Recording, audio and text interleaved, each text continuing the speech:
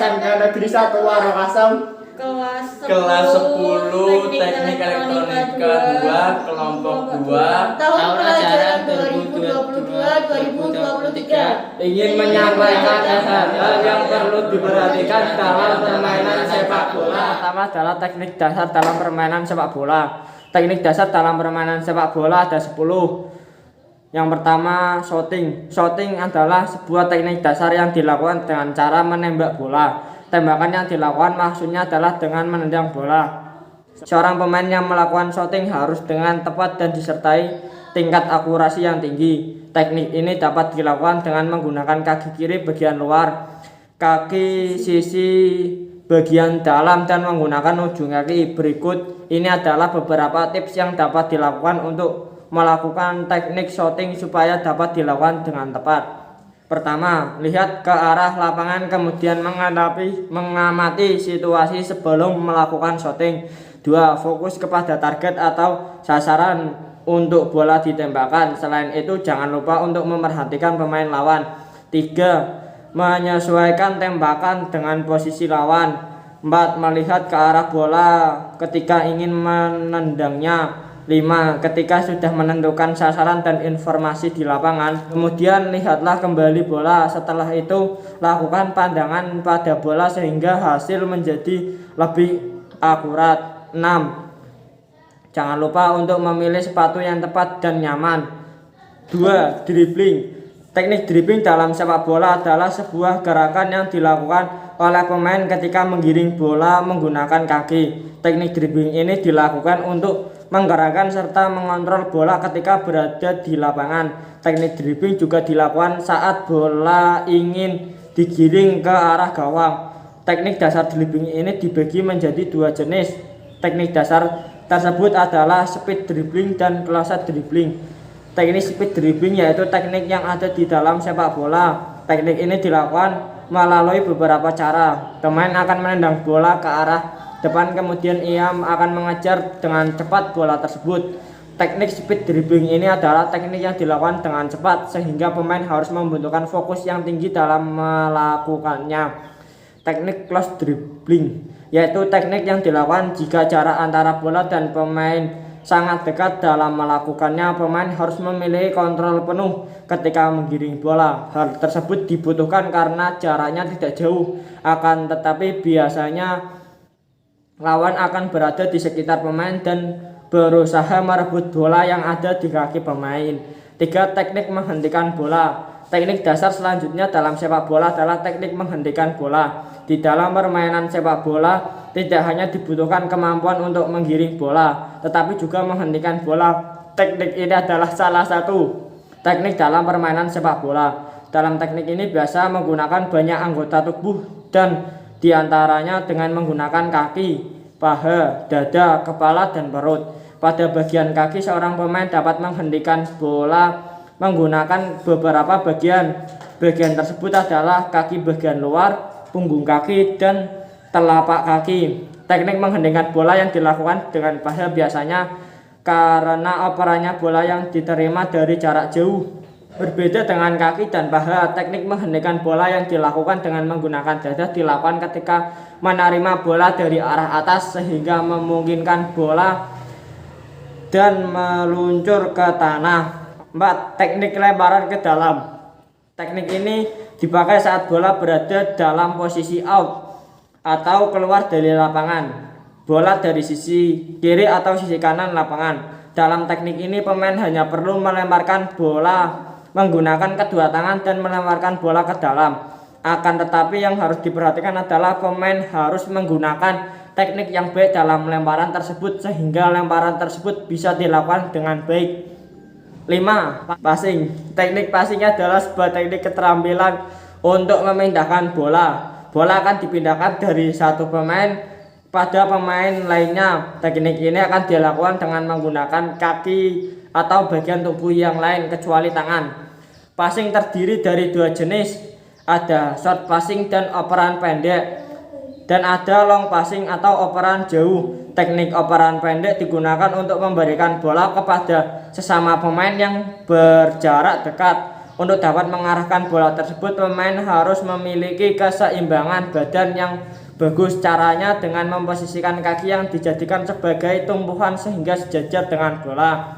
Teknik operan jauh adalah teknik yang membuat tendangan bola melambung ke udara sehingga akan melewati kepala. Hal ini yang membuat passing ini dilakukan dari jarak jauh. 6. Heading. Teknik heading dilakukan jika bola berada pada jangkauan yang tinggi. Teknik heading adalah teknik menyundul bola. Teknik ini adalah salah satu teknik yang sering dilakukan oleh para pemain sepak bola ketika beradil di lapangan. Akan tetapi teknik ini tidak semudah yang dilihat ketika dilakukan. Ada beberapa prinsip yang harus dilakukan ketika menyundul bola. Beberapa prinsip yang harus dilakukan ketika menyundul bola berikut ini adalah prinsip-prinsip dalam menyundul bola. 1.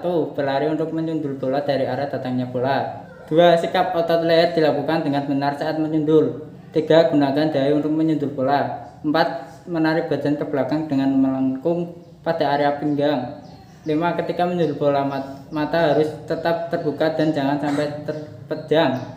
7. Teknik juggling. Teknik selanjutnya adalah teknik juggling. Teknik ini dipakai supaya pemain dapat lebih lihai ketika mengontrol bola yang ada padanya. Teknik ini diterapkan ketika bola menyentuh ujung kaki, kemudian mengangkatnya dengan kaki. Untuk melakukan teknik ini, langkah pertama adalah dengan memegang bola di depan dada. Langkah kedua, tetap menjaga lutut supaya agak menekuk. Kemudian lakukanlah teknik ini untuk mendapatkan hasil yang maksimal. Tentu perlu dilakukan latihan yang rutin. 8. Teknik menyapu bola. Teknik menyapu bola adalah teknik yang dipakai seorang pemain sebagai bentuk pertahanan dari serangan lawan. Teknik menyapu bola disebut juga dengan teknik top play. Teknik ini adalah sebuah gerakan untuk merebut bola. Untuk menggunakan teknik menyapu bola, terdapat beberapa teknik yang harus dipelajari. Teknik tersebut adalah meluncur dengan menjatuhkan badan ke lapangan. Selain itu, pemain juga harus memperhatikan waktu yang tepat untuk melakukan ini. Jika salah satu dalam memperkirakan waktu, maka akan mendapatkan kartu dari wasit. Hal lain yang tidak dilakukan ketika melakukan teknik itu adalah melakukan dari arah belakang lawan. Selain itu, mengangkat kaki ke atas ketika melakukan teknik itu juga tidak diperbolehkan. Hal lain yang diperbolehkan juga adalah tackle melalui teknik menggunting. 9. Intercepting. Teknik intercepting ini akan digunakan ketika ingin merebut bola dari pemain lawan.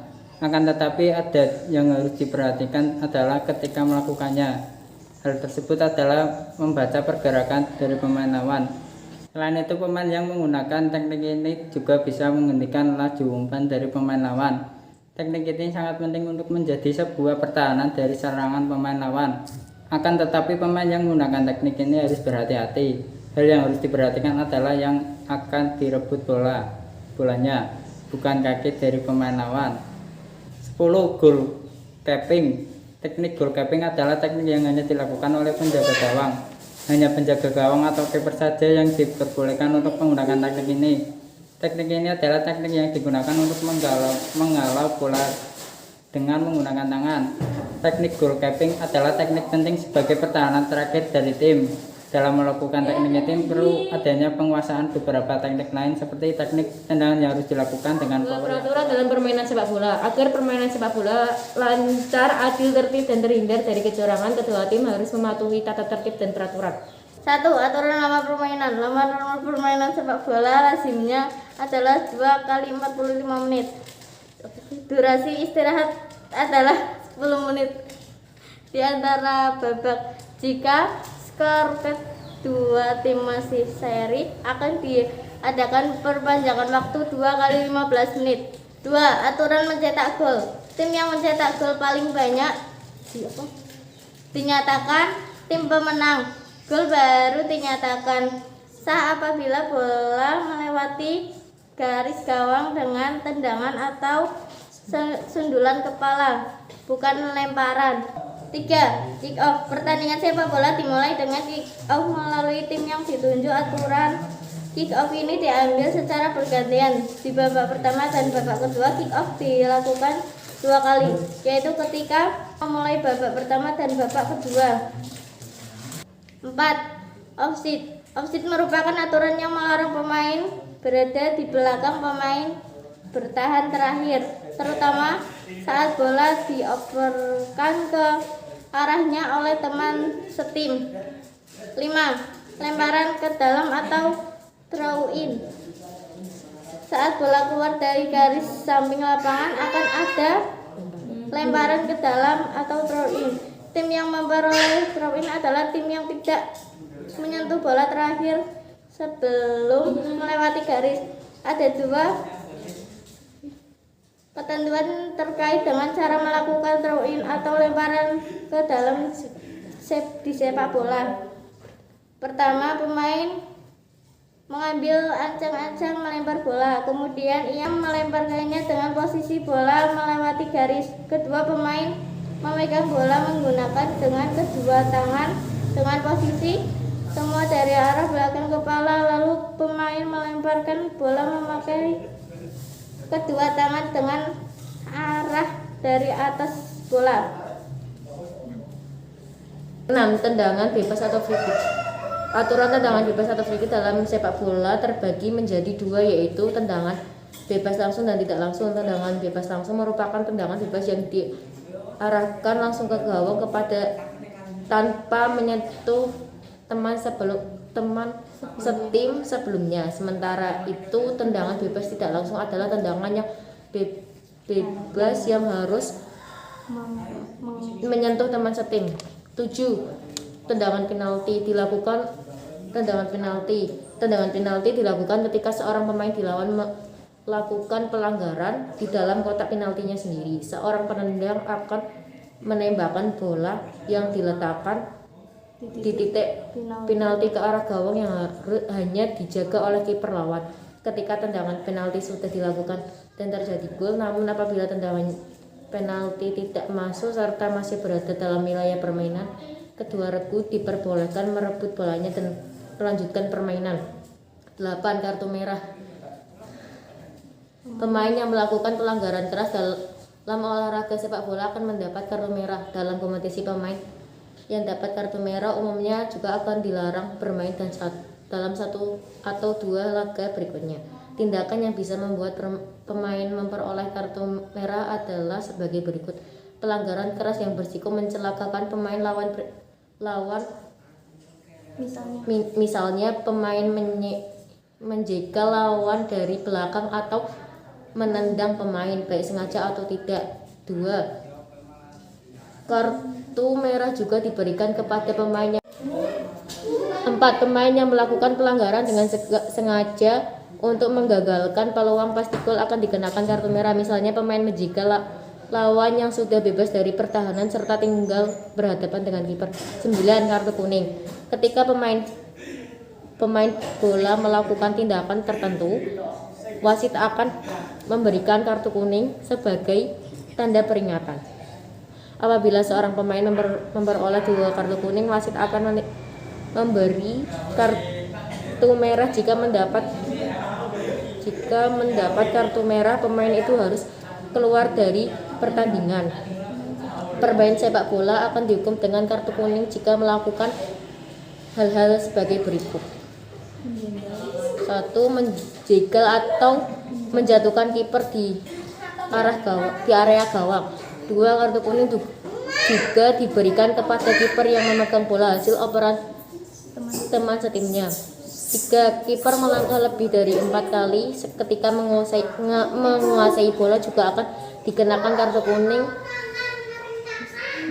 10. Tendangan sudut. Tendangan sudut dilakukan ketika bola terakhir disentuh oleh tim yang bertahan dan melewati garis gawang. Garis gawang ini adalah garis yang sejajar dengan garis gol tetapi tidak berada di bawah gawang. Tendangan ini ditembakkan di sudut lapangan yang paling dekat dengan posisi bola keluar dari lapangan.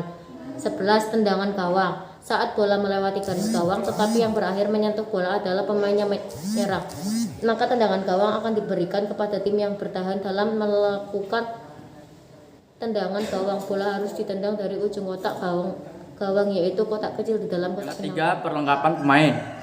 Pemain dilarang memakai atau menggunakan sesuatu yang berbahaya untuk diri sendiri atau pemain lain. seperti perhiasan atau jam tangan. Peraturan perlengkapan utama bagi pemain sepak bola profesional tidak termasuk kiper terdiri dari 1. Jersey atau pakaian olahraga khusus yang seragam untuk sebuah tim. 2. Celana pendek yang seragam dalam sebuah tim. 3. Sepasang kaos kaki yang seragam dalam sebuah tim. 4. Pelindung tulang kering bagi pemain yang bermain di lapangan permainan. 5. Sepasang sepatu untuk seluruh pemain. Kiper harus memakai pakaian yang berbeda dengan pemain di posisi lain maupun ofisial pertandingan. 1. Harus berwarna dan berpola lain dibanding jersey pemain lain, termasuk kiper tim lawan. 2. Sarung tangan pelindung harus dikenakan selama pertandingan berlangsung. 3. Celana panjang diizinkan. 4. Jersey berlengan panjang diizinkan. Seluruh pemain dan anggota tim, pihak pelatih dan pengawal tim diperbolehkan menggunakan peralatan tambahan misalnya untuk menangani cuaca dingin. 1. Celana pendek pelapis berwarna sama dengan celana pendek luar. 2. Kaos pelapis berlengan berwarna sama dengan jersey. 3. Sarung tangan untuk menghangatkan tubuh. 4. Kacamata khusus diizinkan jika tidak menimbulkan bahaya bagi pemakai atau pemain lainnya. Pakaian pelindung, checkstop, dan tutup sendi protective cap sangat dianjurkan oleh para ahli medis dan profesional. Memakai perangkat tambahan lain atau perhiasan merupakan hal yang sangat dilarang, kecuali untuk alat pelindung yang tidak melanggar asas. Assalamualaikum warahmatullahi wabarakatuh. Kami dari SMPK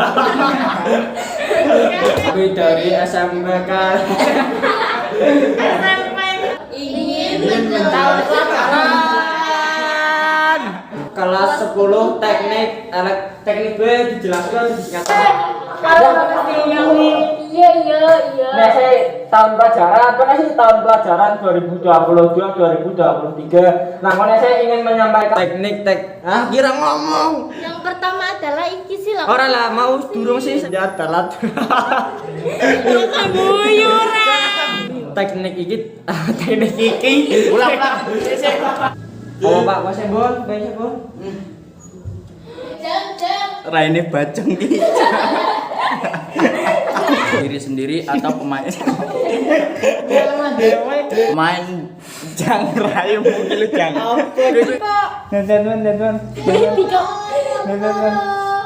Anjir lah Jepok. Nyundul bola dari teknik jungkling.